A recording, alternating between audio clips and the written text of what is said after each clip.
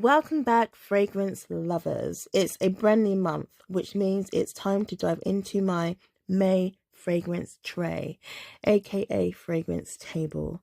I've handpicked a mix of comforting staples, exciting new additions, and a few wild cards that match the mood of the season.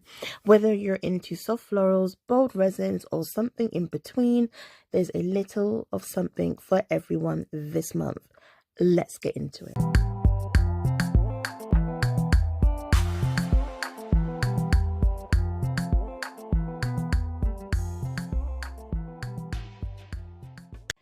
We're kicking off my fragrance table with Fleur de Peau by Diptyque.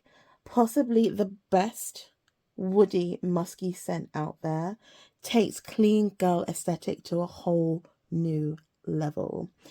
It's powdery sweet, it's soft, it's a little bit dry, it's a little bit spicy as well. And there's a warmness to this also, but also a coolness as well.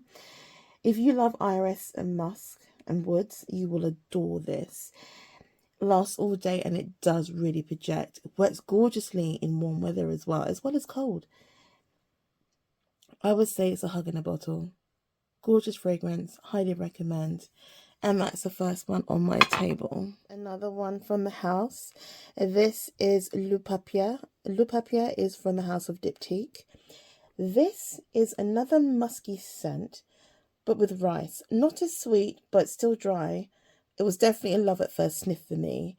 Instead of like iris, we have mimosa, which is a yellow floral, kind of powdery, not as sweet. It's woody, the sesame is giving some earthy tones. This scent is a touch of green in it as well, slightly bitter, but it is very pleasant and very addictive. And that is Le Papier by Diptyque. So up next is Oud Al Sahraa. This is from the house of Berdouse, a French fragrance house. So this one is an oud for summer, a gorgeous, slightly vintage amber laced with sweet mandarin. It's warm, it's with some spicy myrrh, like a non-skanky, soft western oud, a perfect introduction to oud and niche perfumery. This scent is so soft and comforting, and it just adds this touch of freshness as well. I really recommend this if you can find it. They're kind of hard to find. Where did I get this from? I think I got this from Parfum Price. Parfum Price. I'm sure of it. But yeah, it cost me under £100. I think it was like 60 quid. And it's gorgeous. Really works well in high heat. Not so much in winter, but high heat, stunning. And that is Oud Al Sahraa by the house of Berdouse. And also these bottles come in these lovely kind of pouches with like leather or suedex pull strings. Stunning, really gorgeous presentation. Another beloved in the community. This is Peregrina by Thameen. As you can see, I haven't got much left. I do have a backup bottle, so it's all good. This fragrance is gorgeous. It really, it deserves the hype. And I love the blue bottles as well. So this is a sweet pink velvet rose that's kind of plushy. Lots of amber, sweet caramel, soft white florals, aromatic, spicy balsamic, and a slightly gorgeous oriental floral. This one, I just love it. One of the best florals in my collection. It's just so Moorish. It's slightly vintagey, but not. It's grown like 25 plus, I would say. Gorgeous fragrance. If you love rose, you want something a little bit different, kind of balsamic, a little bit resinous with some rose in there, and a little bit of caramel. This one, definitely this one. And that is Peregrina by Thameen. Another gorgeous one from the house of Thameen. I have quite a few from this house. I've got like 16 from the house. This one is Amber Room. Again, not much left. I have a backup bottle. I adore this fragrance, and I adore the bottles. So Amber Room is a sensational warmed amber scent. A beautiful kind of balance of sweet, spice, and citruses is the best way I can describe this fragrance. The sweetness is slightly honeyed, and I do get some muted peppery vibes from this fragrance. Some fizziness coming from the ginger, resins from the olibanum, and yeah, I'm here for it. and that is Amber Room by Thameen, and that is gladly going on my fragrance table. Up next, definitely that It Girl fragrance in my collection. This is Amouage Guidence. I've mentioned before in my past video that in the beginning this scent was so polarizing. It was such a love-hate scent, and I think it was that I just didn't understand the scent profile in the beginning, but after a few wears I was hooked. I became just obsessed with this fragrance, and the reaction from people from me wearing this was insane as well. Being in lifts with people or just being in close proximity to me, they kind of lose their minds. It's nuts. But this fragrance, especially on fabric, stunning because I wear a scarf, so it just really encapsulates this smell gorgeously. So with Guidance, like as I said before, I became hooked after a little while, but that nuttiness and that fruitiness was a weird one for me in the beginning, especially since I'm not like a nutty scent kind of person. But I grew to love that combination. The woods and the florals and the juicy pear laid with the resinous ambery tones is just 10/10, and it's going on my table because she needs to get blessed. Now this is my second bottle of Sundrop by Orlov. Is it Orlov? Yeah, Orlov Paris. I love this fragrance. This fragrance is a wow for me. It's a really gorgeous kind of melange of spices, some warm freshness and citrusy rose, like dripping in like a woody affair. It's gorgeous. There is oud in this, but I get more wood than I do oud. It's a gorgeous fragrance, and I actually like to layer this one with Mont Blanc Signature. Those two together is insane. Insane. The compliments are nuts with those two layered together. And that is Sundrop by Orlov Paris. This is quite possibly one of my most favourite tea scents ever. This is Thierry Mugler Eau Extraordinaire. This fragrance, I'm so gutted that I didn't buy another one because this has been discontinued, and the resale price on these secondhand bottles is absolutely nuts. Absolutely not. This fragrance is gorgeous. So this is a stunning kind of fresh tea scent, especially with my chemistry. It starts fresh and invigorating, like lots of sweet citruses and aromatics, a little bit tart, a little bit bitter, a tad bit fizzy. The tea here is given Earl Grey. It's light and sweet and orangey and creamy. The florals are just soft, a little bit earthy tones coming from the black pepper. This scent finishes with a really sweet vanilla enveloped with like this woody, musky amber. This fragrance is a wow. It's absolutely stunning. I remember I was in a supermarket and I don't even know what I was buying. And the lady at the till was gushing hard with this one. She just couldn't get over it. She was like, oh my God, you smell so amazing. And she was just trying to inhale everything, my whole entire essence. This garners a lot of compliments. That's not the reason why I wear it. I love this fragrance to bits, and she comes out on special occasions. So if I'm going to go out, get dressed up, I'm going to put her on because she's stunning, and it's so fresh and invigorating as well. Definitely one of the best tea scents ever. So up next, we have Thomas Kosmala number 11. This scent is one of my favourites from the house. Dry woods and soft musks. It's light and it's fresh. It has a molecule composition which can make some individuals anosmic to the scent. But for me, this was love at first sniff. I just fell in love with it. Brought it on the spot in Selfridges. It's sweet, it's ambery. There are some similarities to Baccarat Rouge 540, but Super Amber is its fresher, woodier, muskier, I suppose, cousin. It's just a lovely level of sweetness and spice. Adore. Up next is Lira by Xerjoff from the Kazamurati line. I'm not really a big fan of this fragrance, I'll be honest. I just don't understand the hype. It's nice, but it's not all that. But I've had her for about 5 years. I've worn her like 3 times. I want to give you another chance, so you're going on my table. So with Kazamurati, it's a citrus vanilla, the citrus being bergamot and I think blood orange. And it's kind of like a spicy as well. There is also caramel. So yeah, that's all I've got to say on this one. I'm going to give you another go and let's see how we get on. So I'll put you right here.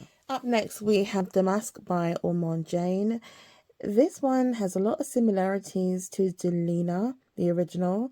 This one, though, is not as beasty and beefy as Delina. It's just the right amount of potency. So with Damask, it has a fresh dewy rose. It's tart with juicy fruits, very crisp and very clean fragrance. Really nice. This is like a t-shirt and jeans and some loafers. That kind of vibe is what it's given, you know. So that's going on my table right here. I've not worn this one in a minute, and it's in its original packaging. Since I've had this, they've changed the bottle twice. I actually prefer this bottle personally, but that's just me. Oh, the label is kind of coming off. I haven't got half a bottle left. I love this fragrance. So Musc Noble is from the house of Guerlain. It's this musky rose with light touches of pepper, and it's kind of soft and powdery, a little woody, and there are some metallic notes in there as well. I think there's a touch of leather in here. I'm not 100% sure. Definitely unisex, maybe more on the masculine side. I love this fragrance. It just works really well on high heat. And I'm putting her on the table because it was 29 degrees today in London. Insane. So yeah, that's going to work beautifully. And that is Musc Noble by Guerlain. So up next, we have Dualite Magnifique by Plume Impressions. Look at this bottle. It's absolutely stunning. This one is gorgeous. It's a lovely kind of green, spicy scent. Rosy, woody, with a good dose of Western Oud. And the Akagale wood in this is giving this slight patchouli, peppery vibe that works beautifully with the composition of the fragrance. And I'm going to layer this with a musky fragrance. I can't wait to layer this, but by itself it's stunning. I love that freshness that you get with this, and that freshness is like this herbal note. Stunning, really, really stunning. I'm looking forward to wearing Plume Impressions Dualite Magnifique. Up next, from the house of Xerjoff, again, we have Ouveture. I'm gutted that I didn't get the bottle with the velvet because I love the velvet or the flocked bottles. When I was in Selfridges I think last year, I did ask the guy on the counter, like, why did they get rid of the flocked bottles? And he was saying after a while, on the seams here, the flocking starts to split and then you can see the bottle underneath. It was quite unsightly. So they decided to make it like this because of the issues they had with the flocking. Kind of sad, but whatever. The juice in this is gorgeous. So Ouveture is this crisp green fig leaf with warm spices, white florals, creamy sandalwood in the base for perfect balance. This fragrance is stunning. I've layered this with Mont Blanc Le Solstice. Wow, those two together is insane. Beautiful fragrance by itself, amazing layered as well with those musky kind of woody iris scents. It just works. And that is Ouveture by Xerjoff. Going right there. Need to polish that. This is my second bottle from the house of Nishane, meaning I had the 50 ml, finished that, then I bought this 100 ml this year, and that's how much I've used so far. I would say with this one, I do feel like they've reformulated this. It's not as potent. That ginger is not as kicking and as fizzy as it used to be. I feel like they toned that down because I know some people struggled with the aromatics in this. I loved it. I was living for the ginger because I love the ginger note. Anywho, it's still a beautiful fragrance. Bought myself 100 ml and I'm very happy. So Ani is one of the best spicy vanilla frags on the market with soft fruity tones, aromatics, and copious amounts of oriental touches. It's definitely a fragrance banger and deserves to be on my fragrance table this month.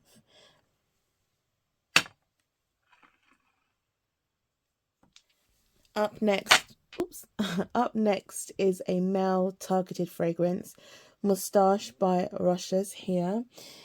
This is easily a unisex fragrance, even though it is for men. This inexpensive gem is a must for those who want niche quality at an affordable price. This is a dupe, not deliberately, but people are saying it's a dupe for Tuxedo. I smelled Tuxedo and it's very, very, very, very close. And if you don't want to spend the coin on Tuxedo, get yourself Moustache, because this is a banger. Although when I first got this, I didn't like it. I thought, what is the hype all about? I wasn't impressed. I left it to macerate for a long while. I think I bought this 2.5 years ago. Only really touched Moustache last year, and I was blown away. And I wore it last summer. So you can see how much I've used last summer. Yeah, this is a banger. So with Moustache, the longevity is not the best on skin. I would say 4 hours max. Stays longer on fabric. The scent starts off woody. There's some freshness, there's some sweetness coming from the mandarin. I get some heavy dose of benzoin, closely followed by vanilla. The rose is dewy and being bolstered by the pink pepper. It's well blended and really smooth. And that is Moustache. Eau de Parfum concentration. There is a toilet. I don't know about the toilet. But it's Eau de Parfum concentration. I think this was under £50. And yeah, a banger. Now, out of all the Xerjoffs I have in my collection, and I have, I think, 16 or 17 different bottles of Xerjoff, this is my #1 favourite. I absolutely adore Zefiro, and it was my first brush with Elemi, and I became obsessed. So with Zefiro, you get a strong dose of Elemi. Elemi is a soft, lemony, piney-ish resin from start to finish, with which it sparked my love for the brand and for the fragrance itself, Zefiro. The cardamom kind of follows quickly after you get that burst of Elemi, and then you get these chewy, resinous hints of bitterness. It's sweet. You get the occasional shards of like bergamot.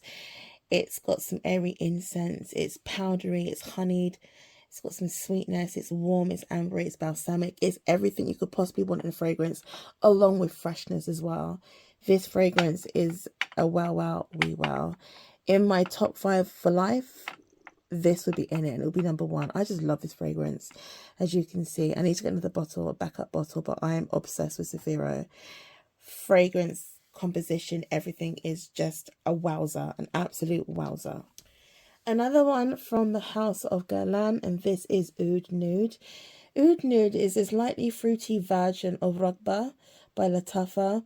Unlike Rugba, this is more refined, more regal, and very intoxicating. Stunning fragrance. You've got the vanilla, got some oud touches, got some fruitiness in there as well. Great longevity. I just find with Rugba, after an hour, you can't smell it anymore. This you can, but it has that added extra fruitiness. It's beautiful, very stunning fragrance. And she will be worn this month.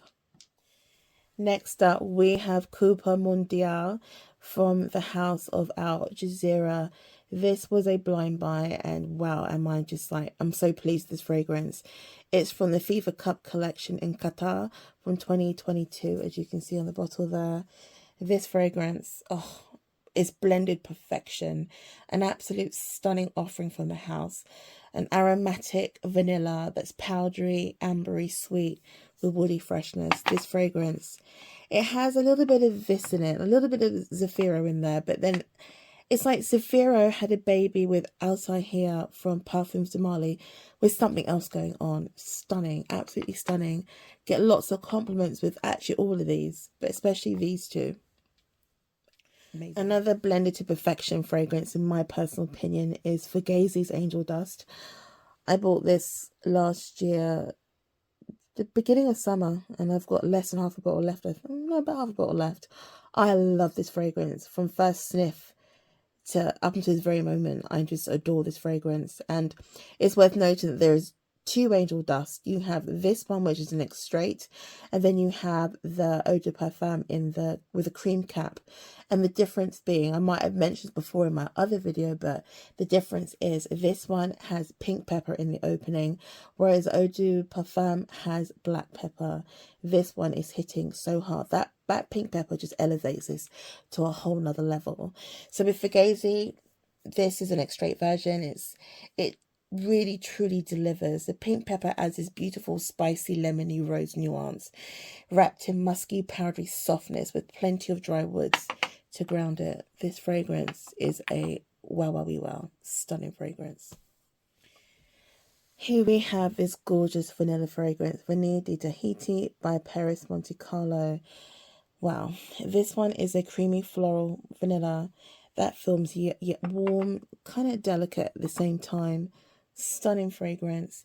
The champagne gives this lush kind of creamy texture, making it perfect for those who want a soft, powdery vanilla that works in spring, summer, autumn, winter. Fantastic fragrance, collection worthy.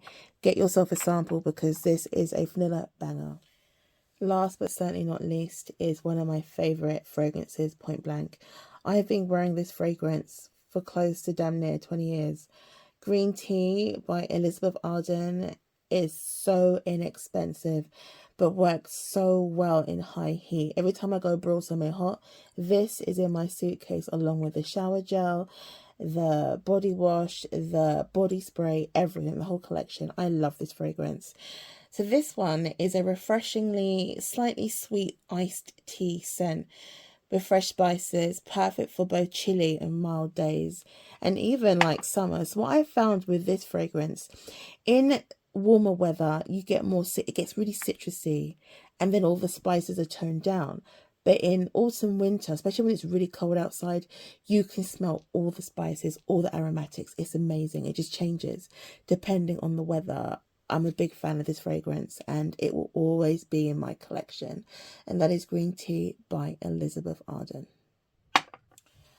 I actually forgot to add this one to my table. This is another Thomas Kosmala. This is number 4, Après l'Amour. This one I've had for some time. And when I first bought it, I loved it. And then I kind of got sick of it because everybody started to wear it. But it's been a few years since I last wore it. I'm going to add it to my table.